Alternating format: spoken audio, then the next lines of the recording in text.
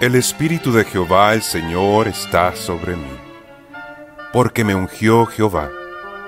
Me ha enviado a predicar buenas nuevas a los abatidos, a vendar a los quebrantados de corazón, a publicar libertad a los cautivos y a los presos, apertura de la cárcel.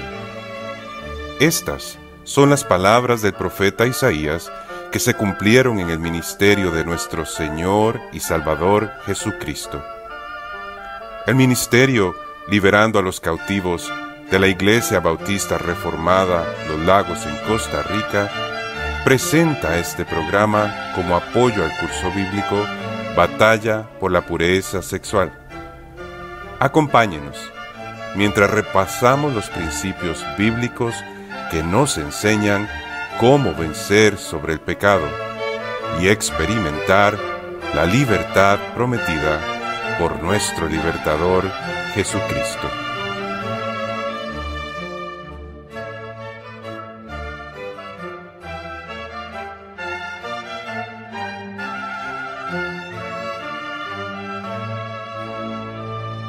En la batalla contra los pecados sexuales, la baja autoestima está estrechamente relacionada con las caídas en pecado, en especial cuando se comienza a pelear contra este tipo de vicios. Cuando la persona llega a la convicción de que este tipo de prácticas están mal, sea porque se dio cuenta de la autodestrucción a la que se está sometiendo, o porque ha llegado a tener un entendimiento correcto de cómo ofende a Dios, es común que el pecado se presente como un alivio para las frustraciones o situaciones adversas. La autocompasión lleva al pecador a pensar que debería al menos concederse a sí mismo el placer temporal del pecado. Normalmente esto funciona de dos maneras: volviendo al pasado, donde hay un recuento de una serie de abusos, exposiciones al pecado, situaciones familiares o fracasos que le empujaron a su estilo de vida de pecado, o desarrollando una frustración por no poder alcanzar ciertas metas. A veces también problemas relacionales, sea con familiares, compañeros de trabajo o jefes, son presentados como excusas para regresar al vicio. En las dos formas de respuesta nos encontramos con una reacción pecaminosa. La baja autoestima y la autocompasión es otra forma de orgullo. Aunque la baja autoestima parece lo contrario al orgullo, en realidad la búsqueda constante de atención y querer generar sentimientos de lástima terminan buscando el mismo objetivo, que todo el mundo mire hacia ellos.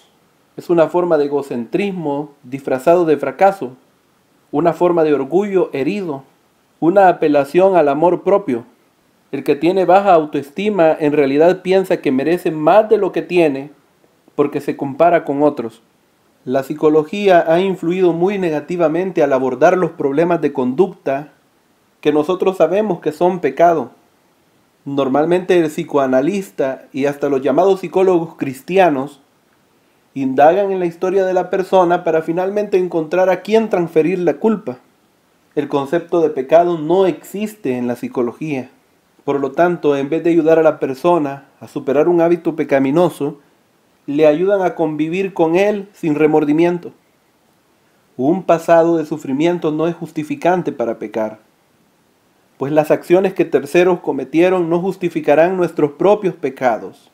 Aunque a veces no somos culpables de las circunstancias en que nos ha tocado vivir, siempre somos responsables de cómo respondemos ante esas circunstancias. ¿Es mantener una baja autoestima o una actitud de autocompasión la respuesta que Dios desea que le demos a nuestras batallas contra el pecado? De ninguna manera. Los cristianos solo alcanzarán una correcta valía de sí mismos cuando entiendan que su valor proviene de la gracia inmerecida de Dios y el sacrificio de Jesucristo por el pecado. Recordando las palabras del apóstol Pablo: digo pues por la gracia que me es dada a cada cual que está entre vosotros, que no tenga más alto concepto de sí que el que debe tener, sino que piense de sí con cordura, conforme a la medida de fe que Dios repartió a cada uno. Romanos 12:13. Al contrario, una sensación de fracaso permanente, es una reacción de orgullo. Un orgullo herido que no quiere reconocer que debe depender de Dios para vencer el pecado que le acecha. Esto es justificar el pecado como una forma de escape. En conclusión, la baja autoestima y autocompasión corresponde en realidad a una autovaloración equivocada y pecaminosa. Para vencer esta actitud debemos, con la ayuda de Dios, desarrollar una actitud de agradecimiento y contentamiento. Debemos arrepentirnos de esta forma de pecado. En lugar de ver hacia el pasado con autocompasión, miremos hacia Cristo, quien nos ha perdonado y librado de este terrible pasado. Observa la gran liberación de Dios con gozo, quien te rescató de la condenación para llamarte al reino de Dios, a pesar de tantos pecados. Ahora Dios te ha dado entendimiento por medio de Él, para aborrecer el pecado y querer luchar contra ellos.